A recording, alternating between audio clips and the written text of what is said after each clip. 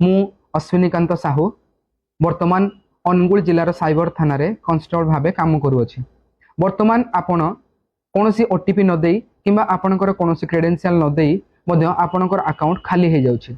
वर्तमान फ्रॉडस्टर माने व्हाट्सएप माध्यम रे एपीके फाइल पठाई जेपरि कि एसबीआई रिवार्ड, आरटीओ चालान, पीएम किसान एवं कोनोसी बैंक रो पैन अपडेट एपरि एपीके फाइल पठाई आपणक मोबाइल को हैक करचंते। आपण जदि सेही परि कोनोसी फाइल आसे आपण ताकू टच करंती ताहले आपणक मोबाइल रो समस्त कॉल आउ मेसेज ऑटोमेटिक फॉरवर्ड ही थाए, जहा द्वारा आपणकर मोबाइल हैक हवा सहित आपणकर अकाउंट मध्य खाली हो जाय थाए।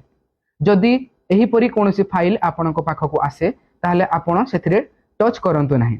जदि भूल बसत से फाइल टी डाउनलोड हो जायछि ताहा आपणक मोबाइल रे हाइड होई कि थाए एवं हाइड होई सेही आपणको रो समस्त मेसेज आउ कॉल ऑटोमेटिक फॉरवर्ड ही थाए।